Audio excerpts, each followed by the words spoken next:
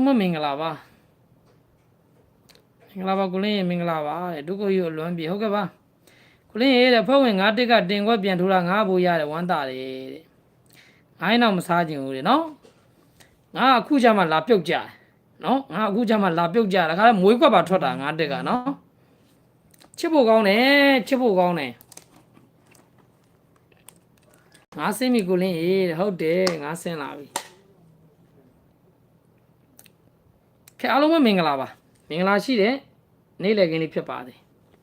ခဲငါတစ်ဆိုတဲ့ကဏ္ဍနဲ့တော့ကျွန်တော်တို့ဒါအဖွင့်ရတော့ဖွင့်သွားပြီပေါ့ဗျာเนาะကျွန်တော်ညနေလေးအတွက်ဖြုတ်မယ်ပေါ့เนาะဒုက္ခယူတွေ့မှာအားရှိတယ်ဟုတ်ကဲ့ပါကျွန်တော်တခါတည်းအခုပြောလိုက်တယ်เนาะကျွန်တော်အခုကဒီနေခင်းလိုက်မဟုတ်ညစပြီးတော့ကျွန်တော်ဟို comment ကျွန်တော်ပိတ်မယ်เนาะသိလား comment ပိတ်မယ်ဟိုကျွန်တော်ဟိုညဝင်မန်းနဲ့သူရီမိုးဆိုတဲ့ကောက်တယောက်ကမိန်းကလေးကွာမိန်းကလေးသိတာနော်မိန်းကလေးဗါလဲယွန်းမီမီကြော်ဆိုလားနော်မိန်းကလေးနော်တနာယူပြီးတော့ငါလာပြီးတော့လောင်ပြီးတော့ဟိုကျွန်တော်ဗတိပဒမန်းနဲ့တယောက်ကမိန်းကလေးဗျနော်မိန်းကလေးကြည့်ရတာတော့ရုပ်ဖြောင်းတဲ့အကြောင်းလားလို့ရုပ်ဖြောင်းတော့ဗျာရုပ်ဖြောင်းတော့နည်းနည်းဖွန်လာကြောင်းနဲ့ထင်ပါဒါမှမဟုတ်ပဲကျွန်တော်ရဲ့ဒါရိုင်းပြောမယ်ဆိုရင်တော့ကြိုက်တဲ့ကောင်မလေးလားပါလားတော့မသိဘူးကိုလင်းကိုနော်ကျွန်တော်တို့ဒါအပြင်ရလို့တော့ထင်တာပဲနော်ကျွန်တော်တို့သိတဲ့အပြင်ရလူပဲလို့ထင်တယ်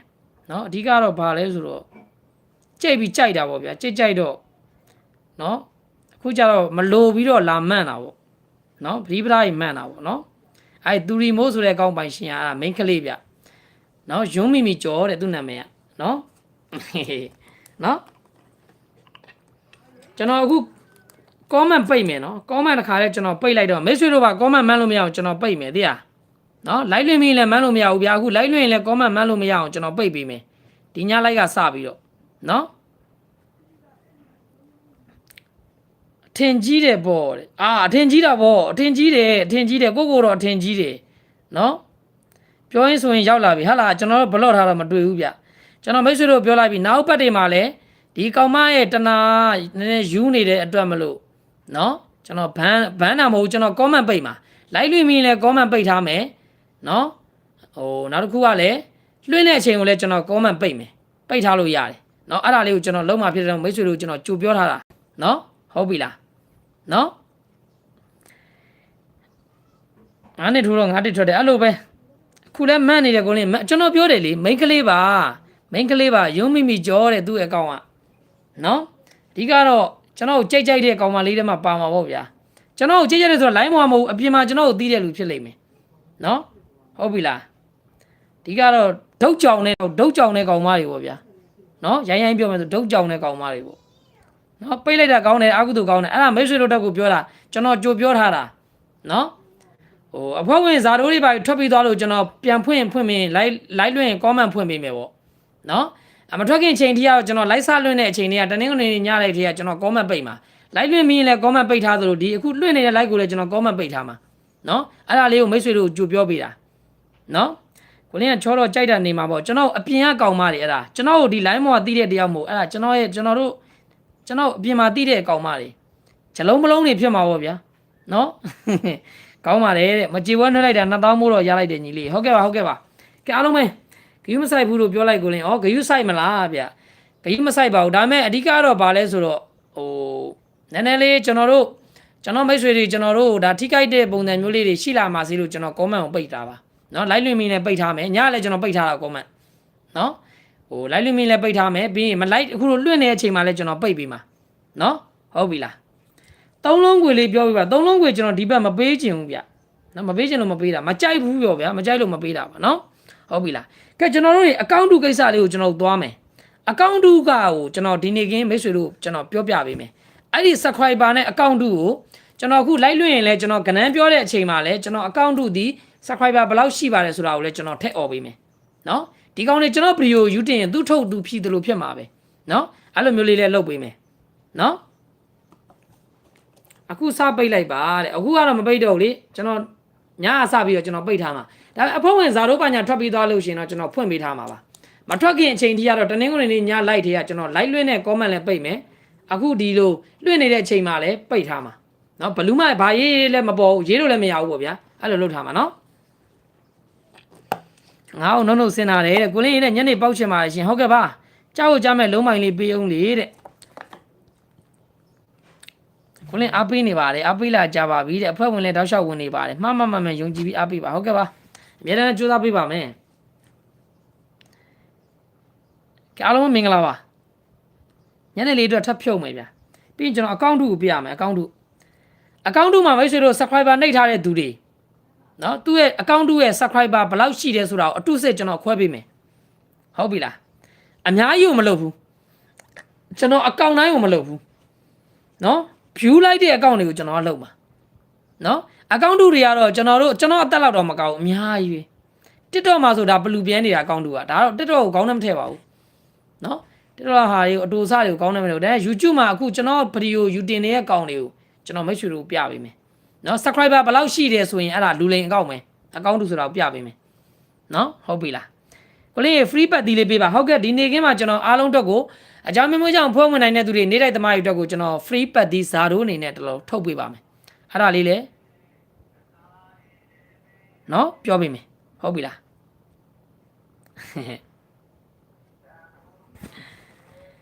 အားလုံးမင်္ဂလာပါအတူကတိတာပါတယ်တဲ့မအပ်တာတဲ့မသားတယ်ထပ်လုပ်ပေးမယ်မသိတဲ့သူတွေအတွက်ကိုအခုသူရထားတဲ့ subscriber ကိုတန်ဖိုးမဲ့သွားအောင်ကျွန်တော်လုပ်ပေးမယ်ဒီတစ်ပတ်လုံးကိုကျွန်တော်အကောင့်တုကိုကျွန်တော်လုပ်မှာနော်ဟုတ်ပြီလားနော်မင်္ဂလာပါတဲ့အဖွဲ့ဝင်ထဲမှာလည်းလူယုံမှာရှိတယ်တဲ့အဲ့ဒါတော့ကျွန်တော်မမြင်ရဘူးဗျဒါပေမဲ့မိတ်ဆွေတို့စိတ်ချနေအဖွဲ့ဝင်ထဲမှာလူယုံမှာရှိတာကိုအဓိကတော့သူတို့ပရိပဒါ comment တွေမှတ်မှာဟုတ်တာတွေရောမဟုတ်တာတွေရောမှတ်တဲ့သူတွေကိုကျွန်တော်ကတနင်္ဂနွေနေ့ည9နာရီထိုးလင်းနဲ့လိုက်ထဲကကျွန်တော်က comment ပိတ်ထားမှာအဖွဲ့ဝင်ဇာတို့ပတ်တီးနဲ့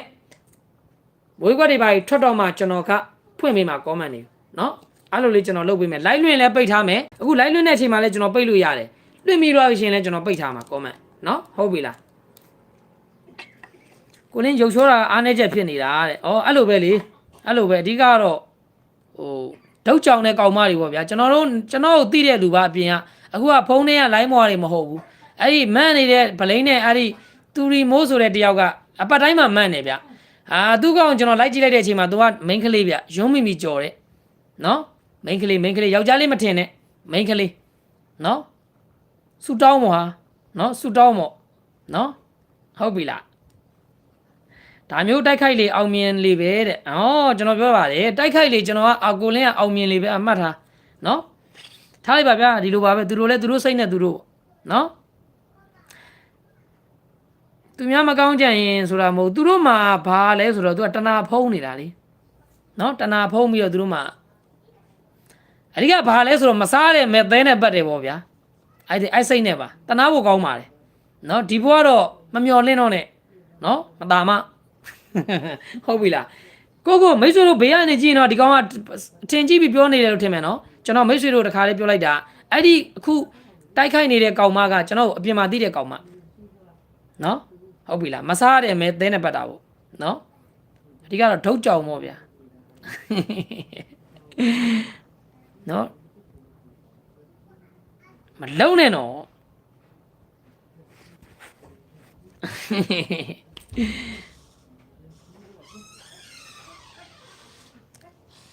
အားလုံးမင်္ဂလာပါကိုလင်းရေးတဲ့ကျမတို့မပါဘူးနော်တဲ့ကိုလင်းကိုဖြူဖြူစင်ချစ်တာတဲ့ကျွန်တော်ပြောတဲ့စကားမိတ်ဆွေတို့စကားလုံးအရွေးမမားနဲ့ကျွန်တော်ပြောချင်တဲ့စကားအဲ့ဒါမဟုတ်ဘူးကျွန်တော်ချစ်တဲ့သူတွေမှာတဘောဝီကျွန်တော်မိဘအရွယ်တွေရှိတယ်ကျွန်တော်အဒေါ်အရွယ်တွေရှိတယ်ကျွန်တော်အမအရွယ်တွေရှိတယ်ကျွန်တော်ညီမလေးတွေအရွယ်တွေရှိတယ်အဲ့လိုလူတွေနော်နောက်ပြီးတော့ကျွန်တော်ဒါဟိုအားထားပုံစံမျိုးလေးနဲ့ကိုလင်းကကဏ္ဍလေးတွေပေးတာမှန်တယ်ဆိုပြီးတော့အားတို့အားကားလူတွေရှိတယ်အဲ့လူတွေကကျွန်တော်ကိုချစ်တာကြိုက်သလိုချစ်နေချစ်လို့ရတယ်ဗျာဒါမဲ့ကျွန်တော်တို့ကထိခိုက်တဲ့အလုပ်ရတာမဟုတ်ဘူးလေထိခိုက်တဲ့အလုပ်လုပ်တာမဟုတ်တိုက်ခိုက်တာမဟုတ်တဲ့အတွက်အဲ့လူတွေကိုကျွန်တော်ပြောတာမဟုတ်ပါဘူးဖိုင်းရှော့ပြောနေကျွန်တော်ချစ်တဲ့သူတွေလိုအပ်တာကျွန်တော်မှလိုချင်နေတာကျွန်တော်ကိုချစ်တဲ့သူတွေပဲလိုအပ်တာခုနကျွန်တော်ပြောတဲ့တယောက်ကကြတော့နော်အဲ့ကျွန်တော်အကောင့်ကိုလိုက်စစ်ကြည့်လိုက်တဲ့အချိန်မှာသူ့အကောင့်ကရုံးမိကြော်တဲ့ main ကလေးဒါမဲ့ကျွန်တော်တို့ထက်ချင်းချင်းလိုက်တာတဲ့ကျွန်တော်ကိုအပြင်မှာတိတဲ့မိန်းမတယောက်နော်အပြင်မှာကိုလင်းကိုမြင်မှုတွေ့ဘူးတဲ့လူပေါ့ဗျာကျွန်တော်တို့အစိုးဆုံးပြောမယ်ဆိုရင်ကျွန်တော်ကိုတိတဲ့လူပေါ့ဗျာအပြင်မှာတိတဲ့လူပေါ့နော်အဲ့လိုလူက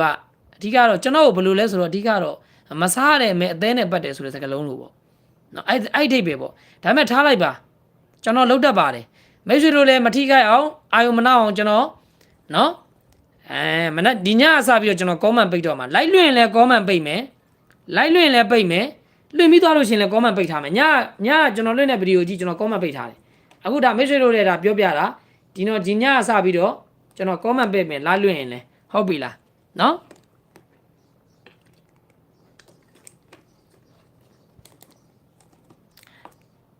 ကိုနင်းစကားပြောရင်ထဲပြောတာကြိုက်ကျွန်တော်ထဲပဲပြောလေလေဟုတ်တယ်မလားကိုတမင်းကိုစားပြီးတော့လိန်နေလို့တော့ဘာလို့တော့မှာလဲပုံမှန်လေးလေးမပြောတာကျွန်တော်လိုချင်တယ်ကျွန်တော်ကိုချစ်တဲ့သူတွေပဲကျွန်တော်လိုချင်ကျွန်တော်ချစ်တဲ့သူတွေအများကြီးပါပဲเนาะကိုလင်းဆိုတာမသိရလို့မရှိပါဘူးเนาะအဲ့ဒါလေးနဲ့ပဲကျွန်တော်ကကျင်းတယ်เนาะဒါပေမဲ့တချို့ကျွန်တော်တို့ကြည့်ရှုနေတဲ့သူတွေကျွန်တော်တို့ထိခိုက်လာတဲ့ပုံစံမျိုးတွေနဲ့လူတွေကိုကြတော့ကျွန်တော်ကခွင့်လွှတ်ပေးလို့မရဘူးပြောတင်တာတော့ပြောမှာပဲဟုတ်ပြီလားနော်ကဲကျွန်တော်သူ့ကိစ္စသွားမယ်ဒါလေးကတော့ဟိုတနာယူကိစ္စပေါ့နော်ခုနတနာယူနေတဲ့မစားရတဲ့မဲသဲနဲ့ပတ်ချင်နေတဲ့နော်ရွှန်စရာမာလေးပေါ့နော်အခုကလွင်ဆိုးပြီးတော့အခုကရုံးမိမိကျော်ဖြစ်လာတယ်နော်ရုံးမိမိကျော်နော်အကောင့်ကိုလိုက်စစ်လိုက်တဲ့အချိန်မှာရုံးမိမိကျော်တဲ့နာမည်ဒါ main ကလေးနာမည်ပါ main ကလေးပါနော်အဓိကတော့မနာလိုစိတ်ပေါ့ဗျာနော်မနာလိုစိတ်ပေါ့မနာလိုစိတ်ကမဟုတ်လိုင်းဘောကမနာလိုစိတ်မဟုတ်ဘူးသူ့ကိုကျွန်တော်အပြင်မှာတီးတဲ့သူဟုတ်ပြီလားပိတ်ထားတာကောင်းတယ်ပိတ်ထားပါညမပိတ်ထားတာတီးလိုက်တယ်တဲ့အသိတွေ့တာပဲเนาะညကျွန်တော်ပိတ်ထားတာမနေ့ကဒီညအစပြီးတော့ကျွန်တော် live လွှင့်တဲ့ comment တွေပါပိတ်ထားမှာဒါပေမဲ့အဖွဲဝင်ဇာတို့ပတ်သီးတွေကျွန်တော်တို့ရေလှုပ်ထားတဲ့အလုပ်တွေထွက်သွားရင်တော့ကျွန်တော်ပြန်ဖွင့်ပေးထားမှာအဲ့လိုမျိုးလေးเนาะဟုတ်ပြီလားအမားတို့ကတော့လင်းမဲတဲ့အားကိုးတယ်ဒါပဲလေအဲ့လိုလူတွေအတွက်လှုပ်ပေးနေတာเนาะဟုတ်ပြီလားကျွန်တော်ချင်းရကျွန်တော်ချင်းရယူကျွန်တော်ဟုတ်ပြီလားကဲကျွန်တော်အတုကိစ္စသွားမယ်အတုကနည်းနည်းလေး view လိုက်တဲ့အတုပဲကျွန်တော်ပြောပေးမယ်เนาะဒီမှာအတုအကောင့်ပြမယ်โอเคဒီမှာအတုအဲ့ဒါအတုကလည်းကျွန်တော်လိုပဲ profile တင်ထားတယ်เนาะကျွန်တော်လိုပဲ profile တင်ထားအတုတင်ထားတဲ့ဗီဒီယိုည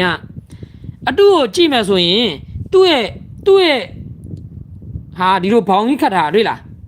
ဒီလိုဘောင်ကြီးခတ်ထားတယ်ဒီလိုအမဲဘောင်ကြီးခတ်ထားတယ်သူ့ရဲ့ဗီဒီယိုကအတုကိုကြည့်မယ်ဆိုသူ့ရဲ့ subscriber ကိုကျွန်တော်ပြမယ်သူ့ရဲ့ subscriber 17k 17.8k ရှိတယ်အတုရဲ့ subscriber နော်အတုရဲ့ subscriber ဒီမှာတွေ့လား 17.8k ရှိတယ်အဲ့ဒါလူလိန်အကောင့်အတုအကောင့်နော်လူလိန်အကောင့်အတုအကောင့်ကျွန်တော်ကဏ္ဍပြောရင်လည်းသူ့ကိုကျွန်တော်ကထည့်ပြီးអော်မှာနော်ကဏ္ဍပြောရင်းနဲ့လည်းသူကျွန်တော်ဗီဒီယိုယူတင်ကဏ္ဍပြောနေရင်လည်းသူကကျွန်တော်လူလိန်အကောင့်ဒီကိုကျွန်တော်ထည့်ပြီးអော်ပြီးမှာနော်အဲ့ဒါအတုပါအဲ့ဒါအတုလားမလုံးနဲ့အဲ့မှာ subscribe နှိပ်ထားတဲ့သူတွေပြန်လျှော့ပါသူဘာတင် comment ထဲမှာဝင်ပြီးတော့အတုဆိုတာကိုမှတ်မိပါနော်နာမည်လည်းတူတူပဲနော် lucky link ဆိုပြီးသူရေးတာဒါပေမဲ့သူ့ရဲ့ subscriber 17.8k ရှိတယ်အဲ့ဒါလူလိန်အကောင့်နော်သူ့ရဲ့ subscriber တွေ့လား 17.8k ရှိတယ်အဲ့ဒါသူ့ရဲ့လူလိန်အကောင့်နော်လူလိန်အကောင့်ညသူတင်တဲ့ကျွန်တော်ဗီဒီယိုယူတင်တာဆို 73k တွေပါကြီးသူကကြည့်ထားတယ်သူကအချိန်ကြီးကောင်းနေ view လာလိုက်နေနော်တွေ့တယ်တဲ့ဟိုတစ်ဘက်ကဆိုကိုလင်းအစ်စ်မှတ်လို့အဲ့ဒီဟာကို subscribe နှိပ်ထားတဲ့သူတွေ unsubscribe ပြန်နှိပ်လို့ရတယ်နော်ဒီလို subscribe နှိပ်ပြီးသားဆိုရင်ဒီ unsubscribe ဆိုတဲ့ဟာလေးကိုဖိတ်လိုက်ဒီမှာပေါ်လာလိမ့်မယ်အဲ့ကြရင်ဒီမှာတော့မိတ်ဆွေတို့ unsubscribe ဆိုတာလေးကိုပြန်နှိပ်လိုက်ရင်ဒါသူနဲ့ကိုနဲ့ friend မဟုတ်တော့ဘူးနော်အကောင့်တူပါ subscriber ကိုကြည့်ကိုလင်းအခုဒါ live လွှင့်တာကိုတွေ့တယ်ပေါ့ဗျာဗီဒီယိုတင်တာပဲတွေ့ live လွှင့်တာကိုပဲတွေ့ဒါကျွန်တော်ကိုလင်းအကောင့်အစ်ဒါကျွန်တော်ကိုလင်းအကောင့်ဆက်ဆိုရင်ဒါကျွန်တော်ဒီလိုတင်ထားတယ်နော်ဒါကျွန်တော်ရဲ့ official phone number နဲ့တွေ့လားအဲ့လိုတင်ထားတယ်ကျွန်တော်အကောင့်ဆက်က subscriber ကျွန်တော်အကောင့်က 17.3k ရှိတယ်နော်ဒါကိုလင်းအစ်ရဲ့အကောင့်အခုမိတ်ဆွေတို့ကြည့်နေတဲ့ကိုလင်းအစ်ရဲ့အကောင့် subscriber က 17.3k ရှိတယ်အဲ့ဒါဆိုအစ်နော်အဲ့ဒါကိုလင်းအစ်အဖြစ်မရှိပဲသူများနာမည်လှုပ်ရှားနေတာအဲ့လိုလူမျိုးတွေကအဆင်ပြေလဲခဏပဲကျွန်တော်တို့တွေ official account တွေကရဲဆက်ဆက်လုံးသူတို့ account တွေဘာမှတန်ဖိုးမရှိဘူးဒါပေမဲ့ account တွေကတော့အများကြီးပါဒါပေမဲ့ view လိုက်တဲ့ account တွေကိုပဲကျွန်တော်ဖျက်ချမှာနော်အဲ့ဒါကိုလင်းအစ်ရဲ့ account မှတ်ထား subscriber ကိုကြည့် 7.3K ရှိတယ်ကိုလင်းအစ်စ်ကျွန်တော်အကောင့်အစ်စ်နော် subscriber ကိုကြည့် 7.3K ရှိတယ်ကိုလင်းအစ်စ်ကမိတ်ဆွေတို့ဗျာအခု live လွှင့်တာကိုကြည့်နေတယ်ပေါ့ဗီဒီယိုပဲတွေ့ live လွှင့်တာကိုပဲတွေ့အဲ့လိုလေးတွေ့ပြီဆိုရင်အဲ့ကျန်ကျွန်တော်ရဲ့လူပုံသဏ္ဍာန်လေးကိုမိတ်ဆွေတို့ကလူပုံသဏ္ဍာန်လေးကိုထောက်လိုက်ရင်အကောင့်ထဲကိုဝင်သွားလိမ့်မယ်နော်အဲ့မှာဒီလိုလူပုံသဏ္ဍာန်လေးလေဗီဒီယိုတွေ့တာပဲ live လွှင့်တာဖြစ်အဲ့လိုကျွန်တော်ရဲ့ပုံကျွန်တော်မျက်နှာလေးကိုတွေ့ပြီဆိုရင်အကောင့်အစ်အတူသိချင်အဲ့လိုလေးထောက်ကြည့်လိုက်ပုံလေးကိုဒါဆိုအကောင့်ထဲကိုဝင်သွားလိမ့်မယ်အဲ့ကျန်ကြည့်လိုက်ကိုလင်း subscriber ဘယ်လောက်ရှိလဲ7.3K ရှိတယ်အဲ့ဒါကိုလင်းအစ်နော်ဒါအစ်နော်အစ်က subscriber 7.3K ရှိတယ်အတူကကျွန်တော်ထက်နည်းတယ်နော်ဒါအကောင့်သစ်ဖြစ်တဲ့အတွက်မို့သူတို့နဲ့မတိမ်မင်းဖြစ်နေဒါအကောင့်တုဒါအကောင့်တုဆိုရင်ဒါဒီမှာကျွန်တော်ပုံမဲ့တင်တာတွေ့လားဒါအကောင့်တုဒါကျွန်တော်အစ်အခု live လွှင့်နေနီးနေတယ်အကောင့်တုဆိုရင်အဲ့လိုပေါ်တယ်အဲ့ကြရင်သူ့ရဲ့အကောင့်ထဲကိုဝင်လိုက်သူ့ရဲ့ subscriber 17.8K ရှိတယ်အဲ့ဒါအတုအတုအကောင့်မှာ subscriber ကိုမှတ်တာ 17.8K ရှိတယ်အဲ့မှာ subscribe နှိပ်ထားတဲ့သူတွေကပြန်ပြီးတော့ unsubscribe ပြန်နှိပ်လို့ရတယ်နော်ဒီမှာ subscribe ဆိုတဲ့အဲ့ဒါလေးပေါ်လိမ့်မယ်ကျွန်တော်လိုပဲမိတ်ဆွေတို့ဖုန်းပါလဲအဲ့ဒါလေးကိုဒီလိုထောက်လိုက်အောက်မှာဒီလိုပေါ်လာလိမ့်မယ်အဲ့ကြရင် unsubscribe တွေ့လိုက်အောက်ဆုံးမှာအဲ့ဒါလေးကိုနှိပ်လိုက်သူနဲ့အဲ့ဒါ flat မဟုတ်တော့ဘူးနော်အဲ့လိုလေးပြန်လုပ်ပေးကြပါလူလိန်အကောင့်မှာဒီအကောင့်ဒီ subscriber 17.8K ရှိတဲ့အကောင့်ဒီလူလိန်အကောင့်မှာ okay နော် okay ရပြီကျွန်တော်အခုကဏ္ဍပြောလို့ရှိရင်လဲကျွန်တော်ကကဏ္ဍပြောရင်လည်းကျွန်တော်အဲ့ subscriber လူလိန်အကောင့်ရဲ့ subscriber ကိုကျွန်တော်ထည့်អော်ပေးမှာနော်အဲ့မှာ तू ဗီဒီယိုတင်ရင် तू ထုတ် तू ဖြည့်သလိုဖြစ်နေမှာနော်ဟုတ်ပြီလားဒါအကောင့်တွေကအများကြီးပဲလူလိန်အကောင့်တွေကဒါပေမဲ့ဒီအကောင့်ကဒါ view လိုက်တဲ့အကောင့်မလို့ကျွန်တော်တက်ဖြတ်ချတာနော်အကောင့်တွေကအများကြီးပဲတကောင်လေးမို့အများကြီးပဲကိုလင်းအတူတွေကနော်ကျွန်တော်မျက်နှာနဲ့ဓမင်းစားမဲ့ကောင်တွေအများကြီးရှိတယ်အကောင့်တူတွေလေလိန်ပြီးစားတဲ့ကောင်တွေပေါ့နော်ကျွန်တော်ဖွဲ့ဝင်မခေါ်လဲသူတို့ကခေါ်တယ်နော်အဲ့လိုမျိုးသူတို့တွေကအဲ့လိုမျိုးပေါ့ဗျာနော်ဟုတ်တယ်ခုနပြတဲ့ဖုန်းနံပါတ်ကမဟုတ်ဘဲနဲ့တခြားဖုန်းနံပါတ်နဲ့ကိုလင်းလို့ပြောရင်ဘယ်တော့မှမသွားနဲ့အဲ့ဒါလူလိမ်ပဲကျွန်တော်မိတ်ဆွေတို့ခုနပြတဲ့ဖုန်းနံပါတ်တွေ့လားအကောင့်မှာတင်ထားအဲ့နှလုံးကိုမှတ်ထားအမြဲတမ်းအဲ့ဒါကိုလင်းကင်တဲ့ဖုန်းနော်အဲ့ဒါမှမဟုတ်ဘဲနဲ့ကျန်တဲ့ဖုန်းတွေနဲ့ကိုလင်းမျက်နှာတွေ့ကိုလင်းရုပ်ကြကိုလင်းအတန်တွေ့မယုံနဲ့ဟုတ်ပြီလားနော်လင်းမရှိရင်မဖြစ်ဘူးဆိုတဲ့စေးတဲ့ပေါ်တော့မပေါ်သေးဘူးတဲ့ဟုတ်ကဲ့ပါအခုလိုချစ်ပေးတဲ့သူတွေအဲ့လိုလူတွေတော့ပဲလှုပ်ပေးနေတာဟုတ်ပြီလားကျွန်တော်ချစ်တဲ့သူတွေမှအများကြီးပဲ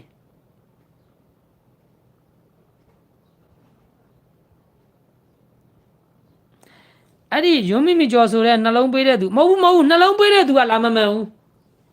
ကျွန်တော်ပြောတာမှတ်ထားနှလုံးပေးတဲ့ယွန်းမိမိကျော်ရှိလားမရှိလားကျွန်တော်မသိဘူးဗျနော်ယွန်းမိမိကျော်ဆိုတဲ့နာမည်ရှိမရှိတော့ကျွန်တော်မသိဘူးစိတ်လည်းမဝင်သားဘူးဒါပေမဲ့ကျွန်တော်ခုနလာပြီးကျွန်တော်တို့တိုက်ခိုက်တဲ့တယောက်ကတော့ကျွန်တော်အပြင်မှာသိတဲ့လူပဲ main ကလေးပဲမစားတယ်မဲ့တဲနဲ့လာပတ်တာနော်ဆူတောင်းပေါ့ဟုတ်ပြီလားနော်အဲ့ဒါလေးပဲပြောချင်ပါတယ်ကဲအကိုရတဲ့လင်းမလင်းဟုတ်ကဲ့ပါကျေးဇူးပါအကိုပါတယ်ဟုတ်ကဲ့ပါကဲအားလုံးပဲလက်မလေးမနေ့ရတဲ့နေပြီလားကျွန်တော်ကဏ္ဍလေးပြောမယ်နော်ကျွန်တော်ပြောလိုက်တယ်နော်ကျွန်တော်ကဏ္ဍပြောနေရင်လူလိန်အကောင့်ဒီ subscriber 17.8K ရှိပါသည်ဆိုတာကိုကျွန်တော်ထည့်អော်ပေးမယ်မိတ်ဆွေတို့တွေအတူစစ်ခွဲခြင်းအဲ့ဒီကျွန်တော်ပုံတွေတွေ့ကျွန်တော်အကောင့်မတွေ့အဲ့လိုလူလေးကျွန်တော်မျက်နှာလေးကိုထောက်ကြည့်လိုက်အကောင့်ထဲဝင်သွားလိမ့်မယ်နော်အကောင့်ထဲဝင်သွားလို့ရှိရင်ကြည့်လိုက် subscriber ကိုကြည့်လိုက်17.ဆိုရင်အဲ့ဒါလူလိန်ပဲနော်17.8K ရှိဆိုအဲ့ဒါလူလိန်ပဲအဲ့ဒါ unsubscribe ပြန်နှိပ်လို့တက်တဲ့လူကပြန်နှိပ်မနှိပ်တဲ့သူတွေကလည်းသူတို့တင်ပြီဆိုတာနဲ့ဗီဒီယိုမိတ်ဆွေတို့က comment ထဲမှာဝင်ပြီးတော့လူလိန်ဆိုတာကိုရေးပေးဟုတ်ပြီလားနော်ကဲနှိပ်ပြီးပါရင်တော့ဟုတ်ကဲ့ပါအော်လေးမိအောင်လုပ်ပေးပါအောင်ဟုတ်ကဲ့ပါအကောင်းဆုံးတော့စူးစမ်းပေးနေတာပဲနော်ဒါလွင်ကျွန်တော်စိတ်ဝင်စားဘူးဒါပဲလေအဲ့လိုချစ်တဲ့သူတွေနဲ့လှုပ်နေတာဟုတ်ပြီလားဟာမိရလားပြက်နေတယ်မိပြတော့မိတော့ထားမဖွင့်နိုင်တော့ဘူးဒီလိုလေးပဲလိုက်လွှင့်လိုက်တော့မယ်နော် original ရုပ်ကလေးပေါ့ဗျာဒါနော် lighting မီးမပါဘဲနဲ့ဖုံးမီးနဲ့လွှင့်တဲ့ original ရုပ်ပေါ့ဟာ တိခံမေးကြည့်ပေးကြပါဟုတ်ပြီလားကဲအားလုံးမင်္ဂလာပါအားလုံးမင်္ဂလာပါဟာငေါ့ဘာလဲလေကြီးတဲ့ကောင်တွေဘာတွေဗယံပရာတွေပေးအောင်ပါလဲတဲ့ဟုတ်ကဲ့ပါကျွန်တော်လေကြီးပါတယ်လောကကြီးမှာလေကြီးလို့ရတယ်ဆိုတာကကြီးလို့ရတဲ့ကောင်ပဲကြီးလို့ရတာလေဒုတိလောကမှာစုံစမ်းကြည့်ပေါ့ကိုလင်းကိုတိလားလို့အဲ့ဒါဆိုရင်အဲ့ကောင်ကဘာကြောင့်လေကြီးနေရလဲဆိုတာသိလိမ့်မယ်ဒုတိလောကမှာဒုတိလောက်တဲ့လူတွေအချင်းချင်းတောင်ကိုလင်းကိုမသိရလို့မရှိဘူးဒါပေမဲ့ကိုလင်းမသိတဲ့ဒုတိလောက်တဲ့လူတွေအများကြီးရှိတယ်အဲ့ဒါဘာလဲဆိုတော့လေကြီးရခြင်းကြောင်းရင်းပေါ့ချစ်တယ်စိတ်မဆိုးနဲ့ဟုတ်ပြီလားโอเคနော်ကိုလင်းမီးပြတ်သွားပြီဟုတ်တယ်မီးပြတ်သွားပါပြီမီးပြတ်သွားပြီရုပ်ကလေးတော့တိခံကြည့်ပေးကျွန်တော်ဖုံးမီးနဲ့ပဲထိုးပြီးတော့လုပ်ပေးနေရနော်မီးတော့ထားမပွင့်တော့ဘူးနော်ကဲနေလိုက်ပါတယ်9တက်ကို1800ဘူးရတယ်ကိုလင်းဟုတ်ကဲ့ဝမ်းသာပါတယ်ရှေ့တစ်ဘက်ကဆိုရင်အဲ့9တက်ကကျွန်တော်တို့ရဲ့ဒါ share main ကွက်ကြီးဗျနော်ဟုတ်ပြီလားမီးပြတ်သွားတော့မီးပြတ်သွားတယ်မေတို့လည်းဟုတ်ကဲ့ပါဟာတနိုင်ငံလုံးမီးပြတ်တာဟုတ်ကဲ့ပါချောပါတယ်ကျေးဇူးပါကဲကိုလင်းမသိတဲ့သူကတော့ခင်းနောက်ကြနေပြီနော်အဲ့ဒါပဲဒုတိလုံးမဲ့ဆိုရင်ကိုလင်းဆိုတာကိုမသိရင်တော့အဲ့ဒါလုံးဝဒါခင်းနောက်ကြသွားပြီနော်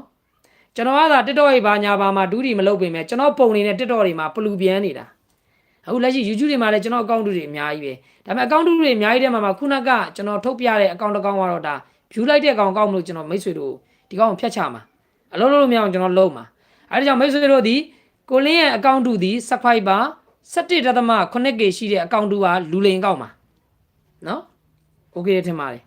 ကဲကျွန်တော်စလိုက်မယ်ညနေပွဲလေးတော့သွားမယ်နော်ကဲအဖွင့်လေးကတော့ကျွန်တော်တို့ဒါ9တက်ဆိုတဲ့ကဏ္ဍနဲ့ဒါမိတ်ဆွေတို့တွေကျွန်တော်တို့အဖွင့်လေးနဲ့တော့သူတို့ကလှုပ်သွားပြီပေါ့နော်ကဲကျွန်တော်နေခင်းကျွန်တော်နေတိုက်လေးမပေးခင်အကြောင်းမျိုးမျိုးကြောင့်ဖုန်းဝင်နိုင်တဲ့သူတွေနေတိုက်သမားတွေကိုကျွန်တော်ကဇာရိုးအနေနဲ့ကျွန်တော်ပေးပါမယ်အဲ့ဒါလေးကတော့မိတ်ဆွေတို့တေချာလေးလိုက်မှတ်ထားပြီပါနော် free bet ဒီဇာရိုးအနေနဲ့ကတော့ကျွန်တော်ကအားလုံးတော့ကိုတိုင်းနေတိုင်းယူကစားပါ3တလုံးဖြစ်ပါတယ်ဇာရိုးအနေနဲ့ free bet ဒီနော်ရှယ်မင်းကွက်ကြီးပြန်ရတယ်တဲ့အရန်ကိုပြောဟုတ်ကဲ့ဝမ်းသာပါတယ်ပေါက်တဲ့သူတွေနော်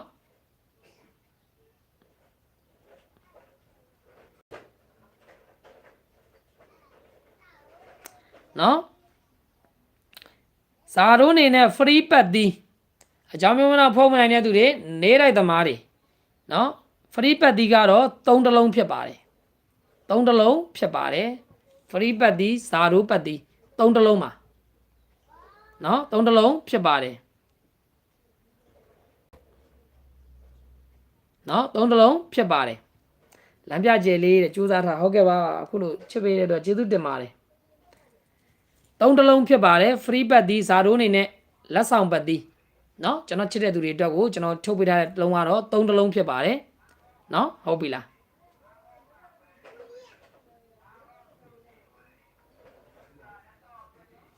နော်3တလုံးဖြစ်ပါတယ်ကဲအားပြီးကျွန်တော်နေတိုက်လေးသွားမယ်နေတိုက်ကလေးသွားမယ်တိုင်းလာနေညနေ4နာရီခွဲကိုကျွန်တော်ကိုင်မဲ့ဝမ်းချင်းကတော့နော်တိုင်းလာညနေ4နာရီခွဲကိုကျွန်တော်ကိုင်မဲ့ဝမ်းချင်းလေးကတော့နှစ်ခွန်ဝမ်းချင်းဖြစ်ပါတယ်အကလူလိန်အကောင့်ဒီ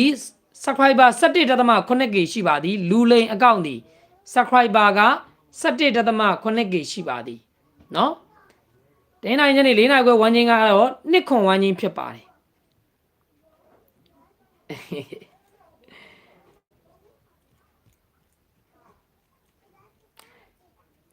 တင်းနာနေညနေ4နာရီခွဲကျွန်တော်ရဲ့ဝမ်းချင်းဒီနှစ်ခွန်ဝမ်းချင်းဖြစ်ပါတယ်လူလိန်အကောင့်ဒီ subscriber 17.8k ဒီလူလိန်အကောင့်မှာ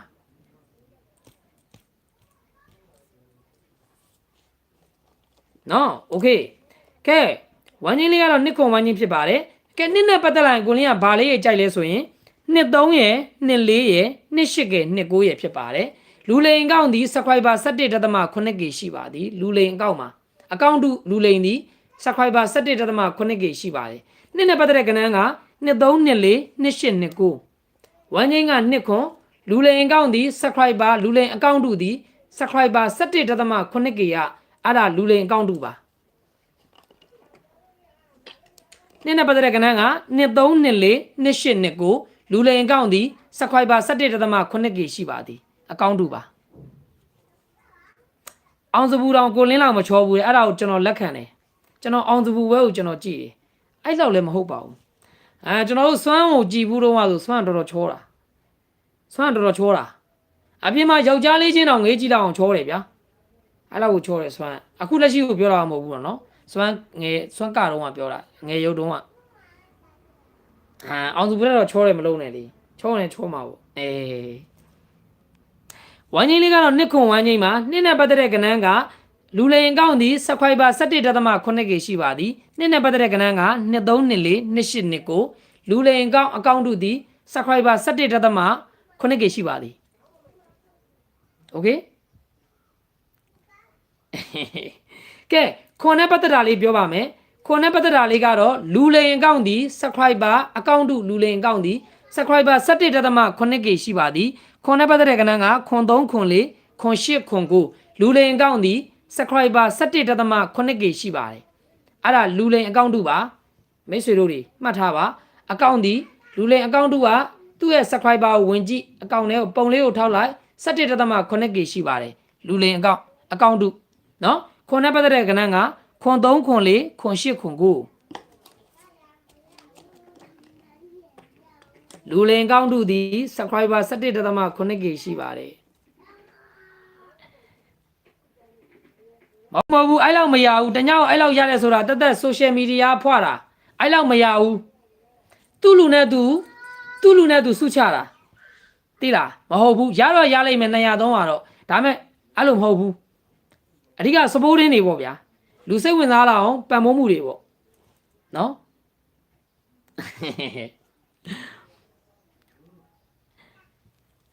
ဝမ်းချင်းကနှစ်ခွန်နှစ်နဲ့ပတ်သက်တဲ့ကဏ္ဍကနှစ်3နှစ်4နှစ်8နှစ်9လူလိန်အကောင့်သည် subscriber အကောင့်တို့သည် 17.8k သည်လူလိန်အကောင့်တို့ပါခွန်နဲ့ပတ်သက်တာကခွန်3ခွန်4ခွန်8ခွန်9နော်လူလိန်အကောင့်သည် subscriber 17.8k ရှိပါတယ်နော်ကဲလာပြီးကျွန်တော်ကြိုင် main တင်ကွက်ပြောမယ်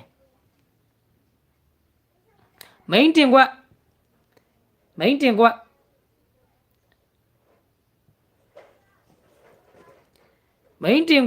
ပြောမယ်လူလိန်အကောင့်သည် subscriber နော်လူလိန်အကောင့်တို့တွေ့ရင်နည်းနည်းလေးမိတ်ဆွေတို့တွေအားလုံးပဲဝင်းရံပြီးနှိမ်နှင်းပေးကြပါအဲ့တကောင်လေးကိုပဲနှိမ်နှင်းကျန်တဲ့ကောင်တွေကအတူစားတွေရှိတယ်လူလိန်အကောင့်တွေအများကြီးပဲကျွန်တော်အကောင့်တွေဒါပေမဲ့အဲ့ဒီ subscriber 17.8k ရှိတဲ့လူလိန်အကောင့်နည်းနည်းလေးတွေ့တာနဲ့အကောင့်တို့ပြောပေးမယ် subscribe နေတဲ့သူတွေက unsubscribe ပြန်နှိပ်ပါနော်အကောင့်ပုံလေးကိုထောက်ကျွန်တော်မျက်နှာလေးကိုထောက်လိုက်ထောက်ပြီးရင်သူပုံချင်းသွားလဲကျွန်တော်လုံဦးမှာပဲနော်လုံးအကိုက်အကောင်လုံးလို့မရအောင်ကျွန်တော်လုပ်ပြမှာသုံးလို့မရအောင်ကျွန်တော်လုပ်ပြမှာနော်လူလိန်ကောင် report လဲဝိုင်းထူလို့ရတယ် report ထူအဲ့ကောင်တွေကြတယ်အခုလက်ရှိရ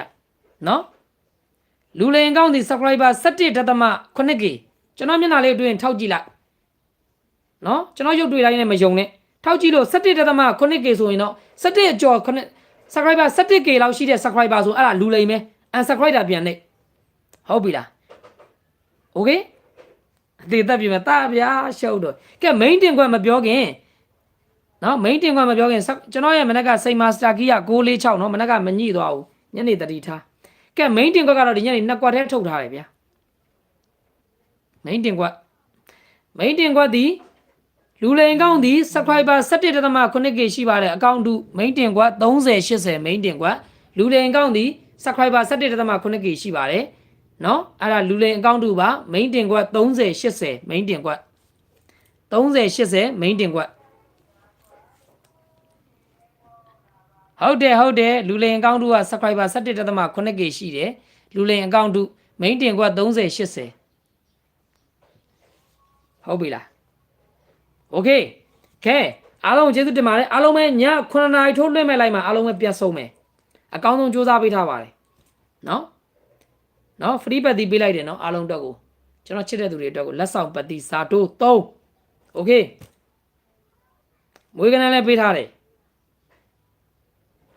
okay ပရိလည်းပေးထားတယ် okay